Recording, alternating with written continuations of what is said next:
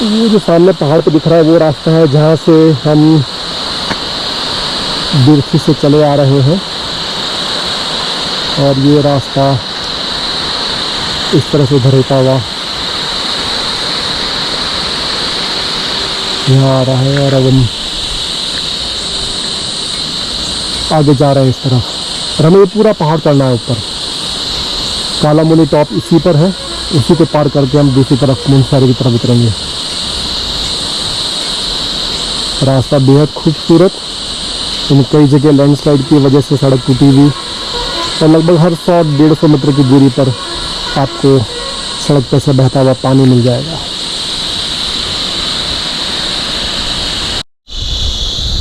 तो इस तरह कई जगहों पर सड़क कटी हुई है, टूटी हुई है। और अब आपको मैं अंदाज़ा दे दूं कि हमको ऊपर कहाँ जाना है। तो नीचे तो ये वो सड़क है जहाँ से हम आ रहे हैं। उसके बाद ये सड़क आगे घूम के जा रही है वहाँ। आपको देख सकता है ऊपर वहाँ इस पहाड़ में कट बना हुआ है जहाँ सड़क जा रही है।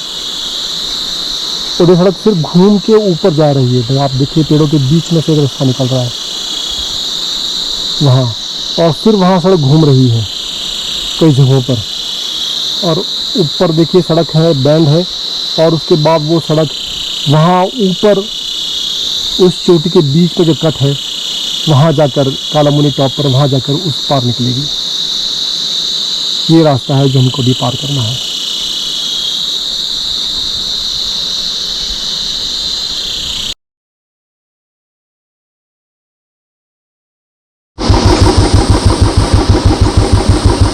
आगे इस तरह के लैंड साइड वाले जोन हैं कई सारे इलाके में।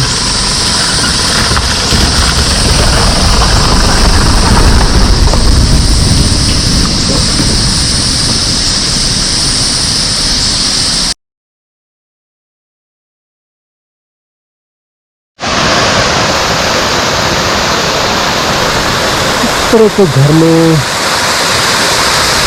बहता पानी बीच सड़क पर।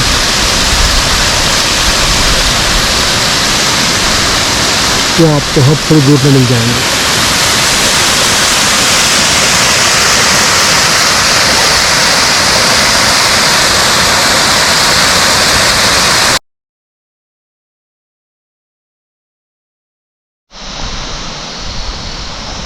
हम इस तरह से पहाड़ को सब तरफ से घूमते हुए, चीरते हुए ऊपर चढ़ रहे हैं।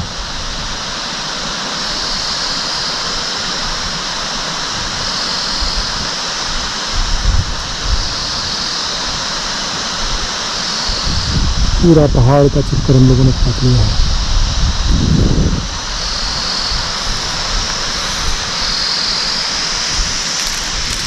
और घर से आके और फिर हम ऊपर टॉप की तरफ बढ़े जा रहे हैं। देखिए कैसे रास्ता ऊपर चढ़े जा रहा है। ऊपर घूमता घूमता घूमता घूमता वहां से फिर टॉप की तरफ।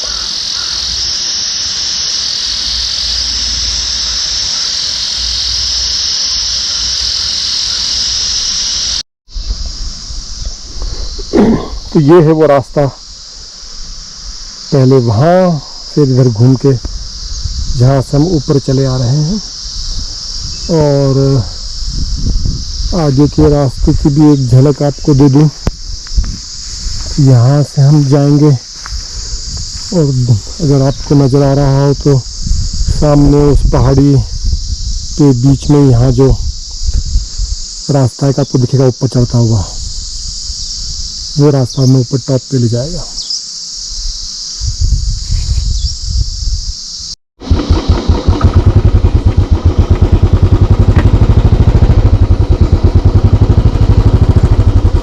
हम पहुंच गए हैं काला मुनि टॉप। अब हम पहाड़ को उस पार करेंगे और आप देखेंगे इस टॉप पर पहुंचते ही क्या नज़ारा देखने को मिलता है। अद्भुत।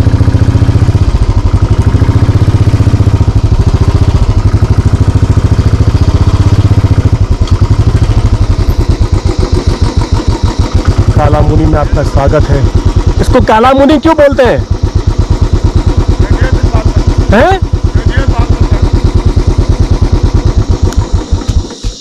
इसको काला मुनि क्यों बोलते हैं? ये कैलाश की काली है। कैलाश की काली? काली? हाँ, इसलिए काली मुनि हो गया। मुनि बाबा ने यहाँ पर तप किया था, अच्छा, तो इसलिए कैलाश द्वार काला मुनि पड़ गया इसका नाम। काला मुनि इसलिए नाम पड़ा जाता है। कैलाश द्वार क्यों? कैलाश की काली हुई। अच्छा, कैलाश की काली की स्थापना करने के उससे जो है कैलाश द्वार कर दिया, क्योंकि ये दो पहाड़ों के बीच से जो है ये द्वार बनाया गया है। अच्छा, तो वहाँ से काली की स्थापना करने के बाद कैलाश द्वार काला मुनि, काली मुनि था पहले, फिर आजकल सुधार करके काला मुनि कर दिया। मुनि बाबा ने तप किया, कैलाश की कालिका की स्थापना हुई।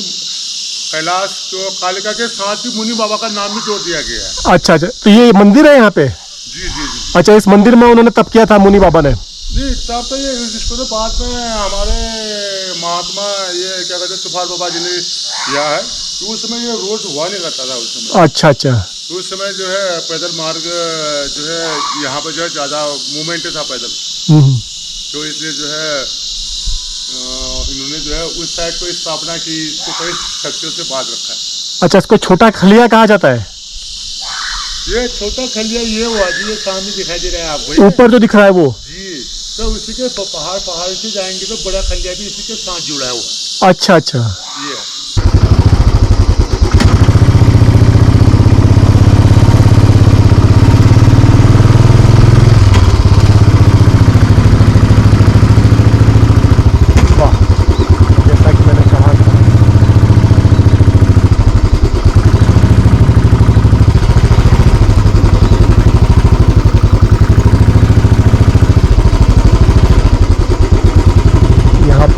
पंचाचूली चोटियों का अद्भुत नज़ारा।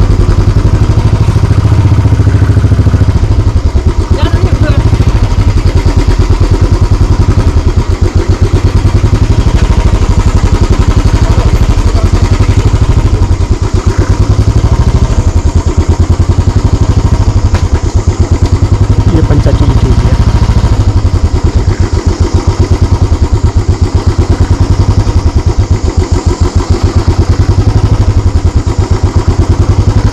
मुनस्यारी पहुंचेंगे तो इनके और नजदीक हो जाएगा।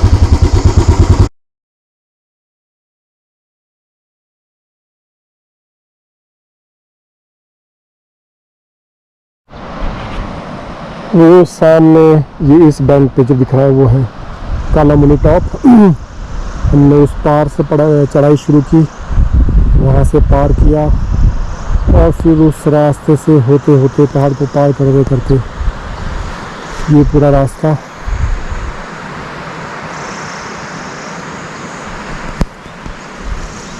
हम जा रहे हैं मुनस्यारी की तरफ। इस रास्ते से हम यहाँ पहुँचे हैं और ये रास्ता जा रहा है आगे मुनस्यारी की तरफ। मुनस्यारी जाते हुए ये है बलाती बैंड, जहाँ से खलिया टॉप का रास्ता निकलता है। यहाँ से ऊपर खलिया टॉप लगभग 8 किलोमीटर है।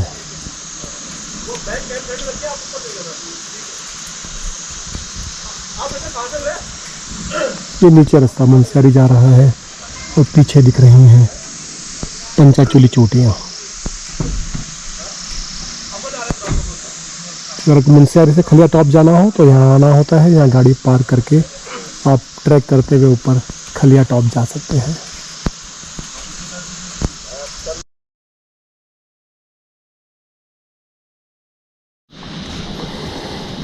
हम मुनस्यारी से लगभग 10 किलोमीटर आगे आ चुके हैं। बीच में रास्ता कहीं बहुत अच्छा ऐसा और कहीं बहुत ही ख़राब था। 10 किलोमीटर आगे आने के बाद ये एक दोराया है, यहाँ से एक सीधा रास्ता जो आगे आपको दिख रहा होगा उधर दूर पहाड़ में जाता हुआ वो मिलम ग्लेशियर की तरफ जाता है। मिलम ग्लेशियर यहाँ से 65 किलोमीटर की दूरी पर है। और दूसरा रास्ता जो नीचे उतर रहा है वो जा रहा है मदकोट होते हुए जौलजीबी, जहाँ हम पिथौरागढ़ धारचूला वाले मुख्य रास्ते में जाकर मिल जाएंगे। हमें उसी रास्ते पे जाना है।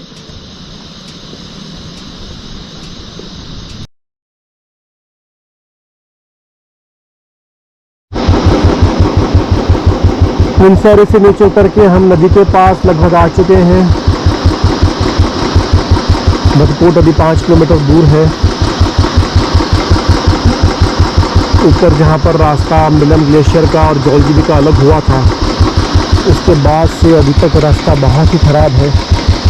ज़्यादातर जगह मिट्टी, पत्थर, चट्टानें, उसी पे बहुत सीधा खड़ा ढलान, बहुत मुश्किल और बहुत चुनौतीपूर्ण रास्ता रहा है अभी तक ये। देखते हैं आगे कितना है। जौलजीबी भी अभी भी 50 किलोमीटर दूर है। यहाँ रास्ता टूटा हुआ है, रास्ता पूरा गिर गया, बह गया।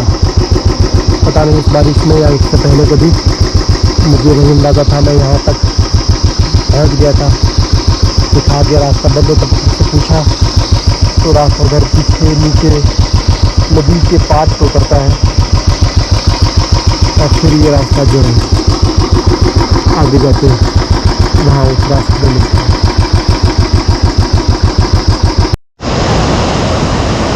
हम मदकोट पार कर चुके हैं, अब जौलजीबी की तरफ जा रहे हैं। गौरी नदी हमारे साथ साथ चल रही है। गौरी नदी मिलन ग्लेशियर से निकलती है और आगे जाके जौलजीबी में ये है काली नदी में मिल जाएगी, जो इधर काला पानी से आती है।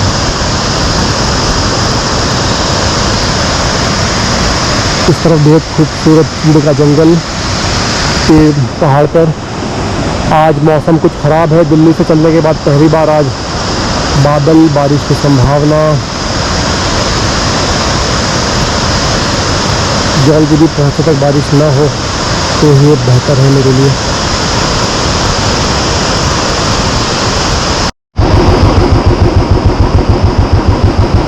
इतना खूबसूरत झरना सड़क के ऊपर से गिरता हुआ और ये ऊपर से आ रहा है पानी पूरी उस तरफ देखिए वहाँ से।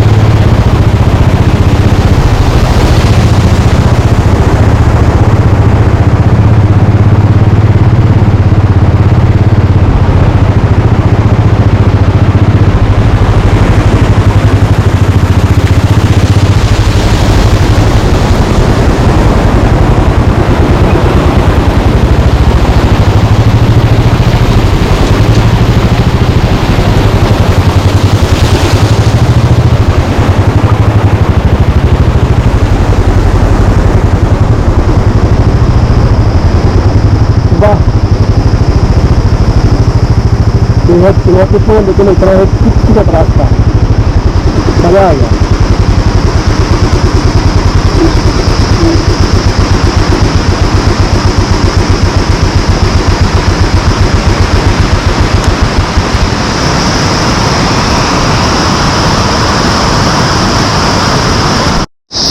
इन पहाड़ों की यही खूबसूरती है कि इन सब के ऊपर कहीं ग्लेशियर, कहीं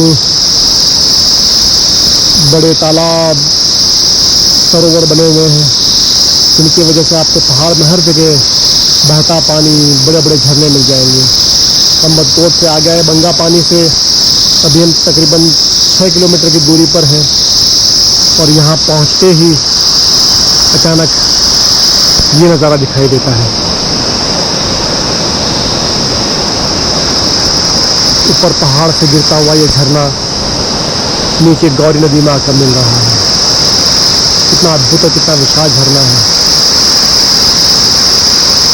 भले ही आप बिरसी फॉल देखकर आ रहे हैं, लेकिन अपनी खूबसूरती में भी और ऊंचाई में भी यह उससे कम तो नहीं लगता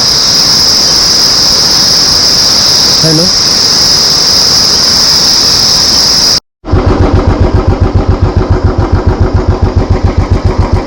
यहाँ तो लगता है कि पूरा पहाड़ नीचे धंसा हुआ है या पूरी पूरी चट्टानों का ये पार्ट है, इसी में से रास्ता बनाया गया है। पता नहीं यही सड़क हमेशा रही है या ऊपर कभी रही, घुस गई, कहना मुश्किल है। लेकिन सामने सिर्फ और सिर्फ पत्थरों का एक विशाल तालाब जैसा है।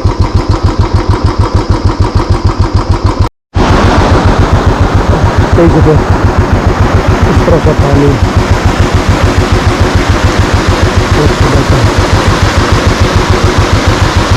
ऐसा इस रास्ते में कई बार मिल चुका है, कितनी बार और मिलेगा पता नहीं।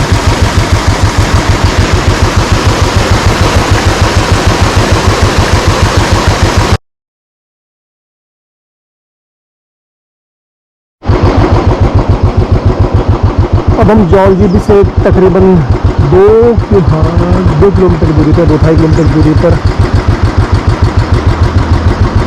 बरम गांव के बाद सड़क अच्छी थी। जौलजीबी में हम पिथौरागढ़ धारचूला नेशनल हाईवे में मिल जाएंगे जाके। गौरी नदी बीच में हमारे लगातार साथ साथ चल रही थी, उसमें बीच में और भी नदियाँ, धाराएँ मिलती जा रही थी। अब जौलजीबी में गौरी का संगम काला पानी से आने वाली काली नदी के साथ हो जाएगा।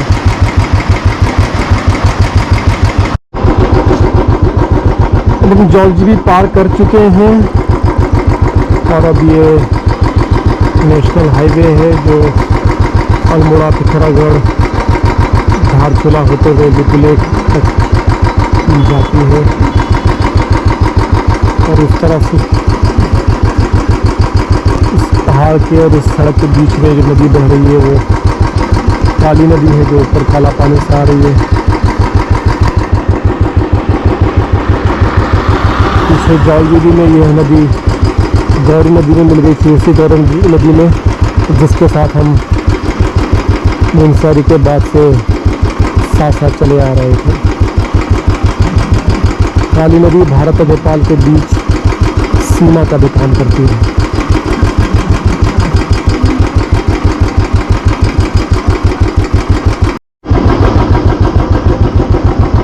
धारचूला भी तकरीबन 17 किलोमीटर की दूरी पर है। ये है बलवाकोट गाँव, बीच में बह रही है काली नदी और सामने आपको नेपाल के घरों के चूल्हों से उठता हुआ धुआं दिखाई दे रहा होगा। ये है नेपाल का गाँव।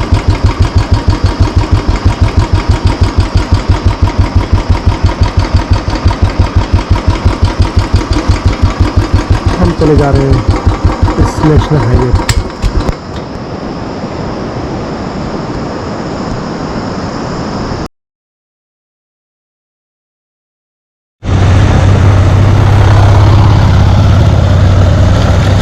शाम के ठीक 6 बज रहे हैं और अब हम धारचूला शहर में प्रवेश कर रहे हैं।